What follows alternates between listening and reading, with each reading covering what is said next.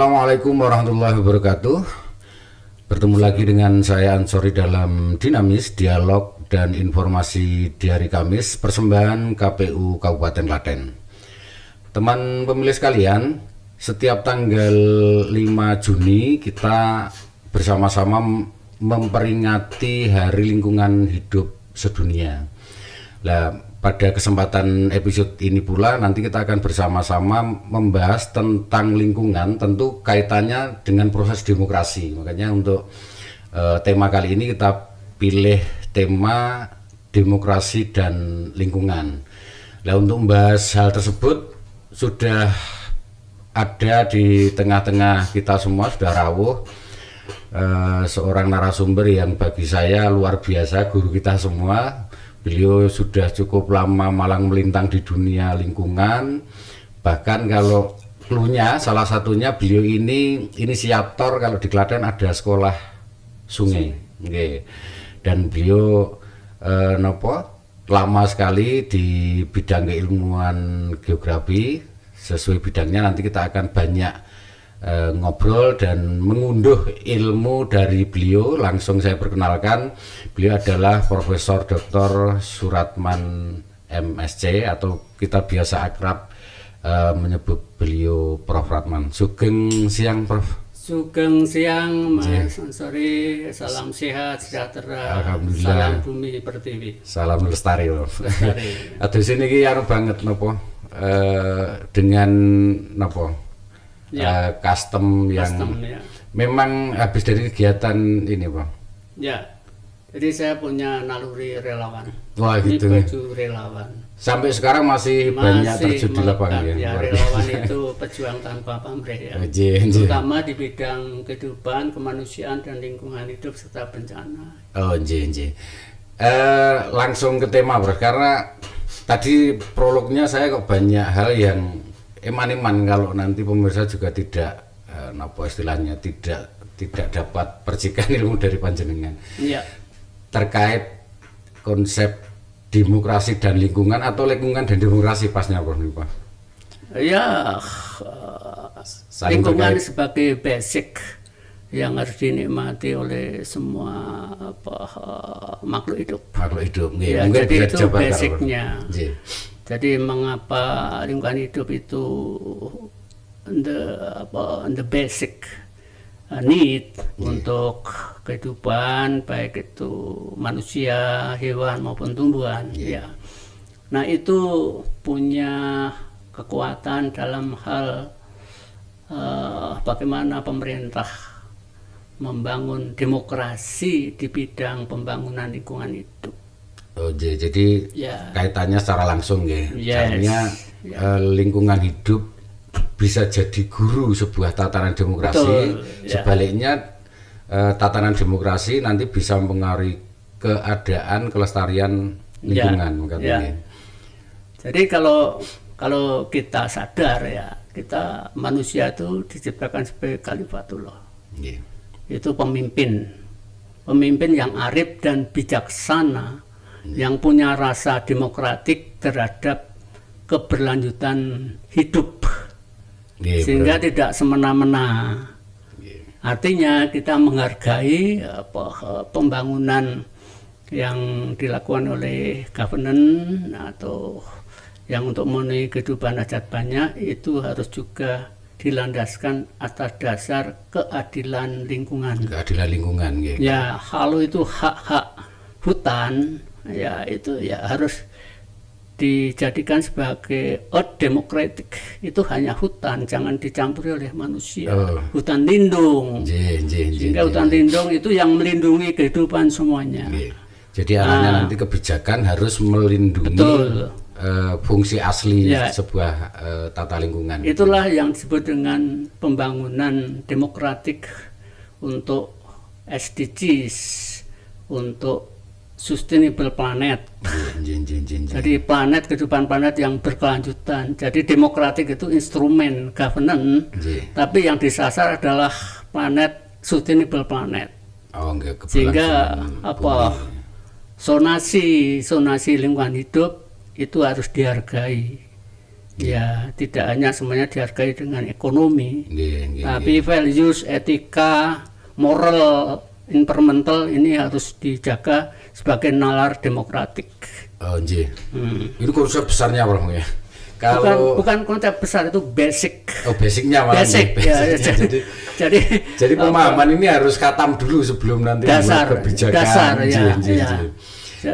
Itu jadi makanya orang harus local wisdom, ya. Itu misalnya kalau di kita itu nek arep kawin coba nandur pohon. Oke, itu ada beberapa desa yang sudah menerapkan itu, atau nek kawin nebarkan ikan. Nebar ikan, ya, ada Pandes, ada di Ponggok, banyak itu. Asas untuk membimbing kita sebagai pemimpin yang demokratik terhadap lingkungan hidup. Bukan merusak. Kalau demokrat merusak berarti bukan demokratik. Tidak demokratis. Demokratik harus produktif, harus saling menghargai, harus bebas mengutarakan kebaikan, gitu ya. Artinya produk-produk demokrasi, baik itu mulai dari undang-undang sampai turun sampai ke desa, atau mungkin ada beberapa aturan adat, aturan lokal yang berlaku, itu termasuk salah satu ikhtiar memaksa dalam tanda kutip masyarakat agar bukan hanya peduli tapi mau menjadi bagian dari solusi-solusi lingkungan pelestarian. Kalau ke Klaten, Prof, karena beliau ini kan kemarin juga salah satu apa istilahnya kemarin di debat itu, Pak? Panelis sekaligus konseptor terutama menyoroti lingkungan Klaten. Kalau kemarin melalui debat mungkin karena waktu dan timing situasi mungkin belum secara khatam dipahami baik oleh masyarakat maupun nyun ngapun, dan mungkin para calon pemimpin yang terpilih. Prof. Ratman mungkin bisa lebih menjabarkan tentang apa yang ingin Prof. Ratman sampaikan melalui podcast kali ini. Penjabaran dari tindak lanjut dari debat kemarin, Prof. Jadi kontekstualnya sangat mendasar. Definisi dari lingkungan itu bangunan, ya, integrasi antara unsur-unsur abiotik, biotik dan cultural. Itu yang harus secara utuh, itu harus dipandang secara integrasi. ABC itu nggih. ABC, abiotik, biotik dan culture. Nah, jadi tidak boleh ini dianggap satu hal yang lemah. Kita rusak batunya, tambang, akhirnya di atas ada tumbuhan, ada hewan yang mati. Nah, jadi kita harus menarasikan bahwa yang kita bangun itu adalah planet, yang kita bangun adalah sustainable environmental, yang kita bangun adalah prosperity, kesejahteraan, for all. Untuk semuanya, sehingga pembangunan berbasis lingkungan hidup ini harus seminimal mungkin kerusakannya, dan seminimal mungkin tidak menimbulkan bencana.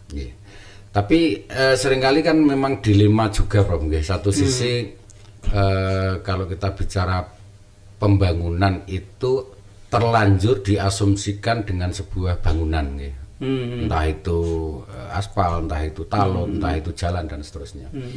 Padahal ini kan juga pilihan sulit. Satu sisi secara aksesibel kita butuh itu, tapi di sisi lain kan mau tidak mau ada banyak ruang yang itu menjadi hak lingkungan, hak air, hak tanah, itu harus kita kita kurangi lah kalau bahasanya rada halus.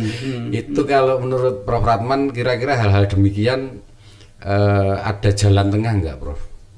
Nah, kalau undang-undang kita mengatur pembangunan yang langgeng dan lestari, itu berarti hak dari alam ini itu harus dijaga. Harus dijaga. Kalau itu rawa, ya sudah, itu hak rawa.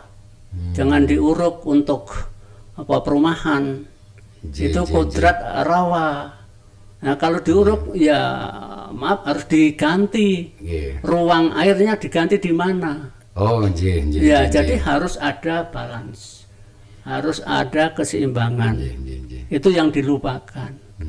Jadi tidak melarang, tapi ruang-ruang oksigen, ruang hijau, ruang Resapan, animal, gitu flora, ya. fauna itu diberi ruang mereka supaya mereka happy. Ya, itu prinsipnya. Ya, yang sering terjadi adalah governance atau kita lupa. Nggih, nggih. Ya, sawah diganti, ya enggak diganti tempat lain.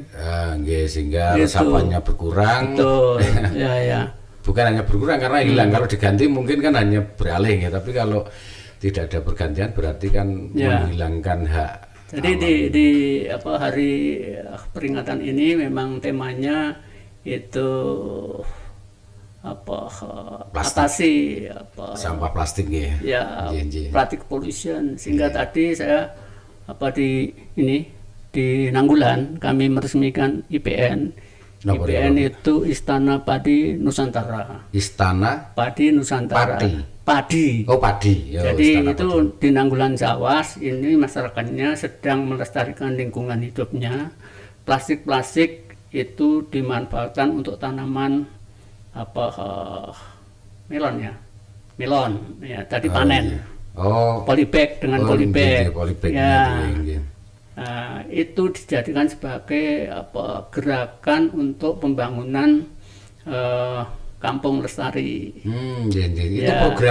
program setempat atau ada mungkin Saya pendamping di sana. Oh, ngaten. Saya inisiator IPN itu dan lurah masyarakatnya sangat nyengkuyung. Nggih. Tadi panen raya diresmikan oleh Dinas Pertanian, oleh camat, oleh masyarakat, Nggih. dihadiri oleh anak-anak kecil. Jadi kita didik mereka nggih, untuk ada sisi edukasinya nggih. yes, itu ya. Terus kami di Melikan sana gerakan tanam pisang kepok untuk koperasi merah putih. Oh, nggih. Jadi nggih. koperasi merah putih yang dicanangkan oleh Presiden Prabowo itu bukan basisnya koperasi secara lembaga, tapi kami sadarkan kooperasimu itu kooperasi alam semesta, sahamnya dari bumi. Nggih, ini yang mungkin perlu dikampanyekan, Bro. Ya, Ini kan jadi- bagian dari tema tadi Mas. Ya, bahwa- jadi bumi ini sudah membentuk koperasi. nggih, nggih, Mereka nggih. itu sahamnya bukan dari uang yang diurunkan ke Digelontorkan, koperasi, iya. tapi tolong tanam pisang. Satu pisang harganya satu tundun 50.000. Nggih. Kalau ada rakyatmu sekitar 3.000 sudah berapa juta, Mas Ansori? Nggih, banyak 100 juta lah. 150 juta. 150-an juta aja. Nah, jadi satu panen serentak itu sudah kas koperasi merah putih sudah serentak. Kalau setahun 2 kali panen 300 juta. Nggih, nggih, nggih. Dan itu sahamnya tadi nggih alam. Sahamnya alam. Sahamnya alam. nggih. Saya sudah sampaikan, alam ini secara demokratik mendidik, membangun kita, memimpin kita. Nggih. Kita tuh mengikuti alam. Oh, nggih. Jadi alam sebagai tadi nggih guru Guru demokrasi kita, guru hidup kita, alam Nggih. itu. Kita dekat pantai, kita bisa panen ikan, Nggih, ya toh? nggih, nggih. Kita ada wisata. Jadi mereka membimbing kehidupan kita. Nggih. Tapi kita harus jaga kelestarian. Itulah demokrasi dalam pembangunan. Demokrasi dalam bangunan. Nggih, kalau itu ada beberapa contoh tadi disebutkan tuh nih Pak, Nanggulan sama Melian Gunung Kidul. Ya. Oh, meliannya di Gunung Gunung Kidul. Kidul. Kalau kita melian pun Enggak. di. Ya. Ya, artinya masyarakat, pemerintah dalam segala lingkup itu kan sangat mungkin bukan bersinergi nggih, istilahnya apa nggih? Kebijakannya itu ya ekonominya dapat, pembangunannya dapat, Ya, ya. tapi juga kelestarian alamnya dapat. Kalau di Klaten, Bro, jenengan punya ide nopo, Bro, yang terkait kelestarian alam yang nanti bisa didorong melalui kebijakan sebagai proses demokrasi. Saya sedang membangun menggugah konsep lama. Nggih. Ya, konsep lama yang itu mungkin nenek moyang kita kuasai. Tapi kita bangun di era milenial Gen Z atau era now ya. Nggih. Yaitu Ibu Bumi, Bopo Angkoso. Bopo Angkoso, nggih. Niki ilmu tuwek banget nih. Ilmu tuwek banget. Jadi orang yang melestarikan, merawat bumi, dia akan mendapatkan kehidupan yang layak dari bumi itu.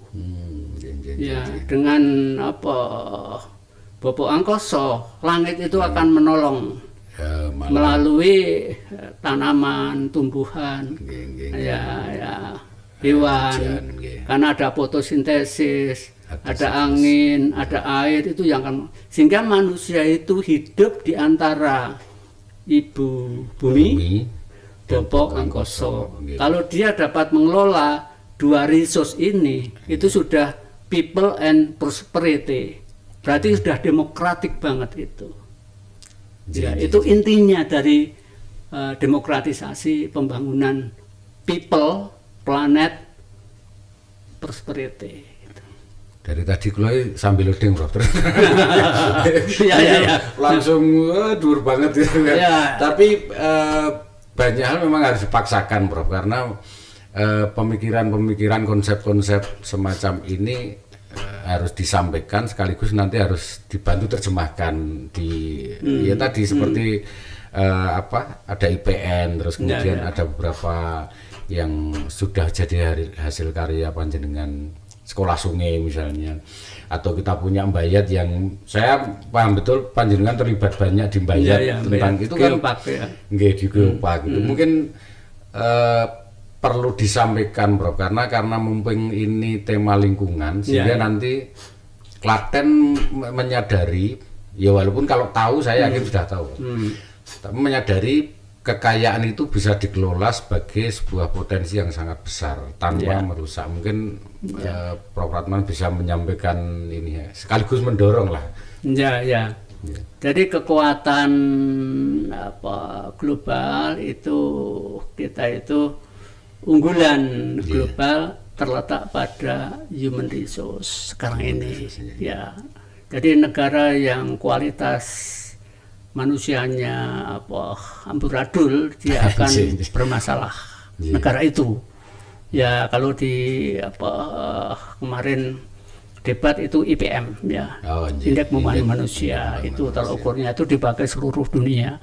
Nah, sehingga ekonomi, kesehatan, pendidikan itu sasaran dari quality dari manusia. Sehingga Klaten ini ya keunggulannya harusnya di situ ya, kita dorong ya. Kemudian setelah itu ya kita mainkan dengan pengetahuan dan teknologi. Kalau yang sudah berjalan selama ini yang kalau di Klaten ini masih banyak kegerakannya. Ya, gerakan sungai, gerakan sampah itu, tapi hasilnya juga bagus. Ya, misalnya munculnya wisata Institut Pusur ya, dari Percubing itu dari gerakan sekolah sungai. Muncul wisata itu. Sekarang banyak sungai-sungai itu bersih di Klaten, dan Bupati dapat penghargaan, dan itu menjadi taman edukasi, river education, river park itu yang sedang. Nah, itu di era Bupati kemarin, Bupati ini harusnya melanjutkan. Atau bisa mengembangkan, bro, karena kan saya yakin potensinya kan banyak Klaten ya. Potensi sungai, potensi air. Jadi dengan konsep ekosistem Klaten ini yang dikepung, yang diapit oleh gunung dengan gunung. Ya, Gunung Kidul sama Gunung Merapi, yang diapit dengan sultan, raja dengan raja. Soalnya Klaten ini punya posisi strategik ya, tergantung bagaimana masyarakat, tergantung dari mana governance, tergantung dari para komunitasnya untuk merespon hal-hal yang menjadi potensi hidup Klaten. Apalagi sekarang ada tol. Ini kan harus kita respon sebagai bentuk positif ya. Jadi modal dasar demokratisasi ruang, demokratisasi lingkungan itu Klaten segera cantut tali bondo. Jadi merubah tata ruang yang demokratik seperti apa. Ya, jangan sampai nanti dengan adanya perkembangan baru, ada konsep geopark, ada konsep tol, justru dampak negatif yang muncul. Ya, governor luput dalam menangkap isu global. Isu globalnya itu geopark loh, isu global. Karena itu sudah isu dunia. Iya jelas. Artinya, itu nanti kalau dan potensi besarnya salah satunya kan ada di Klaten, Prof. Di Klaten ya. Jadi gitu kan. Nanti geopark ini kan usulkan ke level nasional, status internasional, UNESCO. Nah ini kita, kalau kami sudah siap-siap ya, karena kami sudah bergerak terus. Tapi dengan integrasi tol, ya kan kita punya kawasan strategik pariwisata, itu Prambanan, Pelausan. Ini kan harus disikapi dengan cepat ini. Ya ini governor harus gerak cepat ini. Gimana menangkap akses yang punya pengaruh global ini. Ya. Ada Prambanan, ada Pelausan, ada Sojiwan. Dan kalau kita kaji lebih lanjut kan beberapa umbul juga punya potensi besar karena banyak juga itu kan umbul-umbul lama, Prof. Artinya itu peradaban yang mereka itu tadi itu lingkungan hidup kan ada abiotik, cultural. Nah, kita sudah singgung bahwa lingkungan abiotik Mbayat itu diangkat menjadi status geopark. Berarti ekosistem semuanya kena itu. Abiotik, biotik, kultural kena. Tapi khusus tinggalan warisan Prambanan, Pelausan itu lingkungan cultural. Religi yang itu juga harus kita jadikan sebagai pembangkit ekonomi kesejahteraan itu. Jadi dari ruang tata ruang tata wilayah itu itu sudah harus nih secara pemikiran seperti yang Prof sampaikan tadi, mulai dari lingkungan, tidak hanya gimana caranya mendapatkan angka ekonomi, tapi juga dapat nilai yang lain, culture-nya terjaga, lingkungannya terjaga. Ada contoh tata lingkungan bukan tata ruang. Di Bali itu lebih ke tata lingkungan budaya. Artinya dia memelihara tradisi masyarakat Hindu, adat istiadat. Kemudian ada laut itu untuk sesajen laut atau untuk larung. Nah, itu menjadi salah satu dimensi lingkungan yang itu menjadi wisatawan datang ke Bali. Ya, jadi tidak hanya panorama, environmental, jasa itu, tapi jasa lingkungan adalah basic dari suatu negara itu akan maju. Jadi belum kesimpulan sih, Prof. Tapi saya nangkepnya bahwa menjaga alam atau pembangunan yang selaras dengan lingkungan, lingkungan alamiah, itu nanti pasti ada efek baik gitu saja. Betul.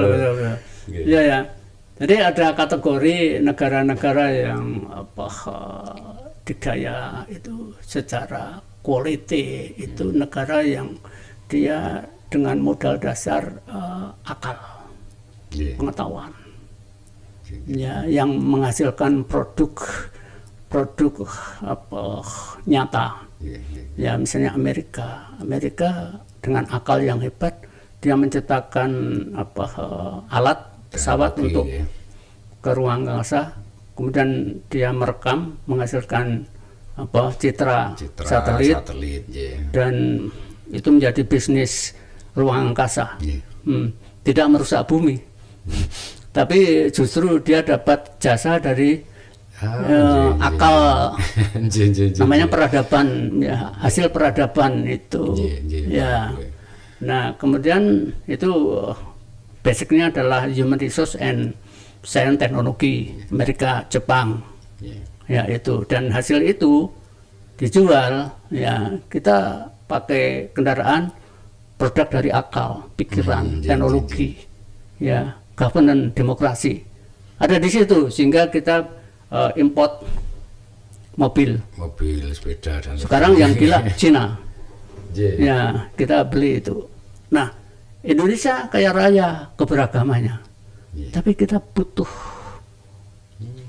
manusia, ya kita butuh lingkungan sosial, ya kan ada abiotik, biotik, cultural.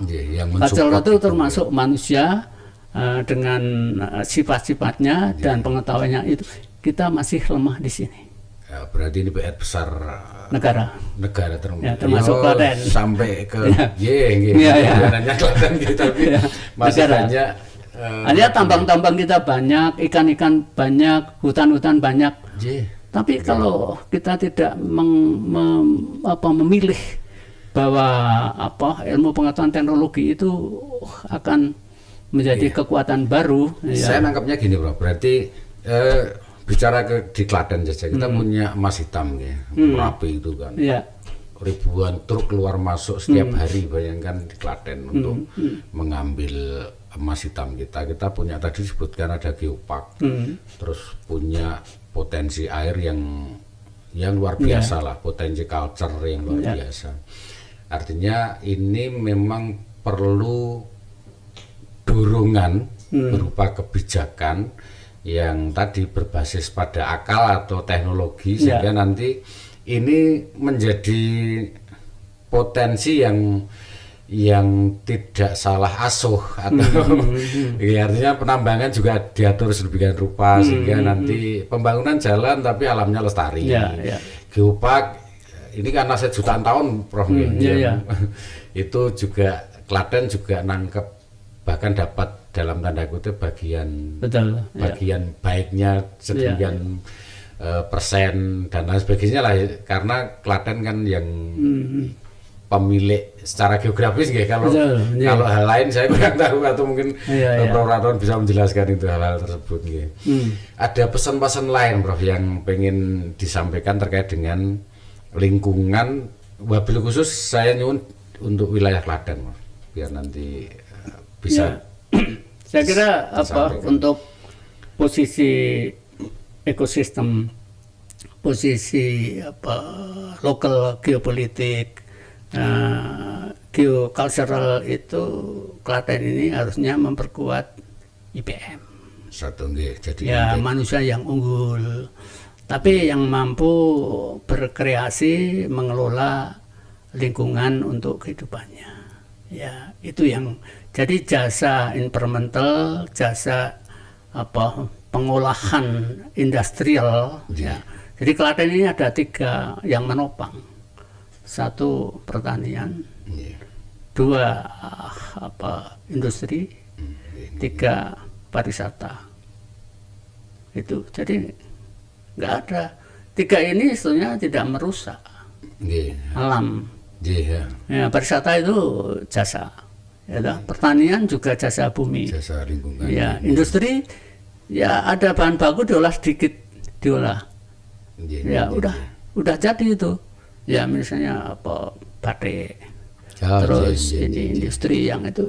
Ini harus kita down earth kan. Harus rakyat itu di pondok-pondok. Di pondok-pondok, di segera itu Klaten itu di pondok-pondok. Desa ini desa kerajinan.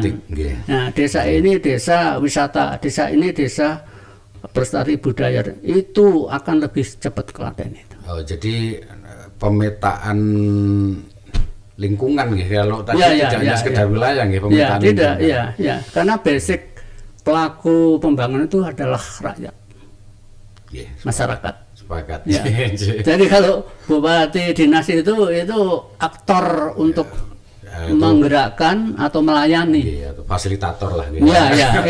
Itu dimensi sekarang seperti itu. Saya kira itu untuk Klaten harus mindset mainnya harus kita harus cepat. Tadi 3 1 pertanian, yang kedua apa tadi, Prof? Pariwisata sama industri. Tapi ini enggak terpisah ya. Ini harus satu mata rantai kreatif.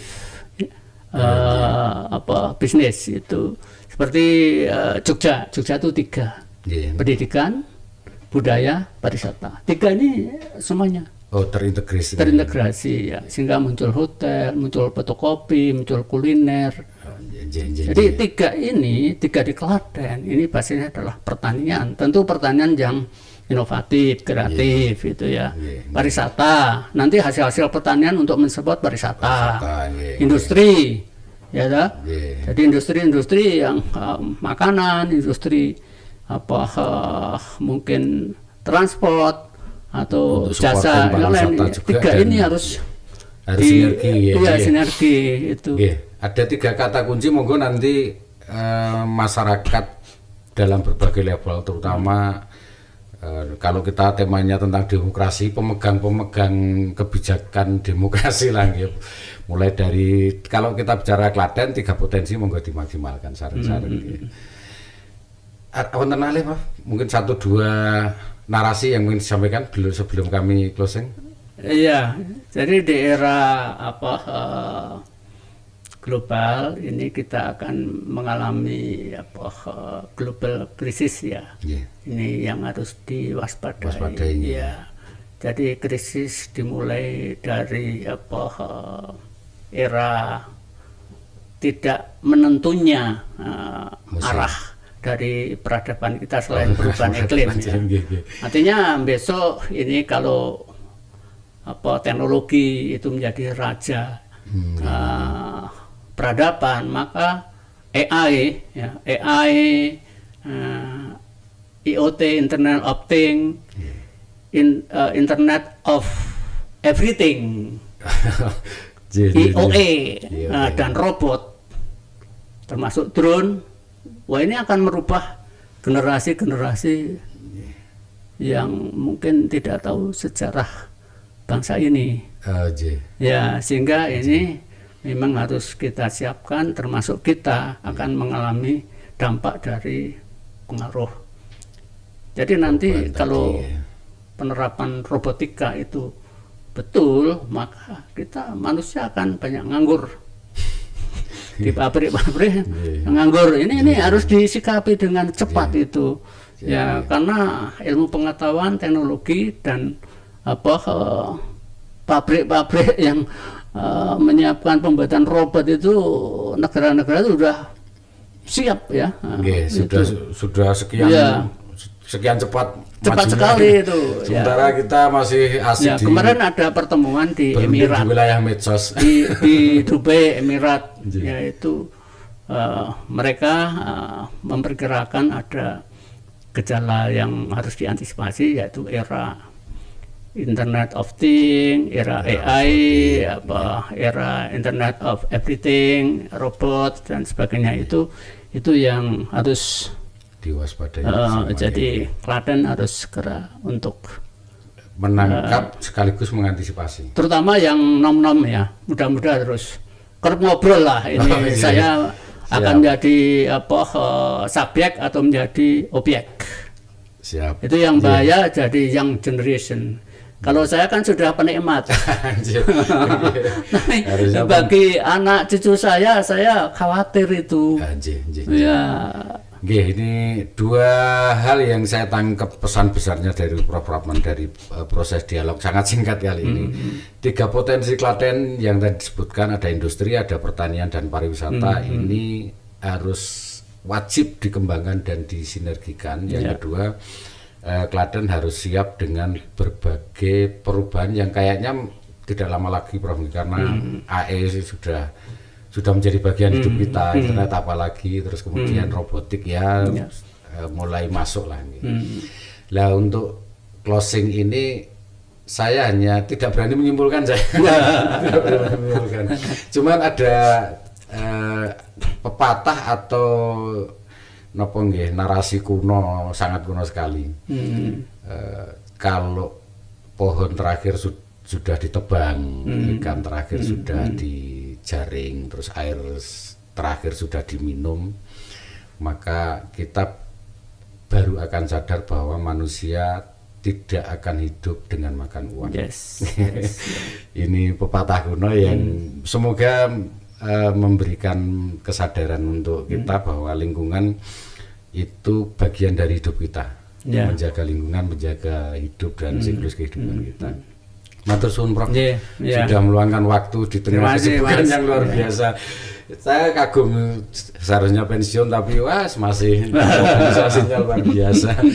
Sehat terus Prof. Terima kasih Mas. Supportnya untuk KPU Klaten dan teman-teman nanti selalu kita tunggu ilmu-ilmunya. Teman pemilih dimanapun berada, terima kasih sudah menyimak podcast kita tentang tema demokrasi dan lingkungan. Monggo simpulkan sendiri, saya tidak berani menyimpulkan. Nanti kita akan bertemu lagi dengan tema-tema yang lebih menarik ke depan. Dari saya, Ansori dan seluruh kru dari Dinamis, kalau ada hal yang kurang mohon dimaafkan.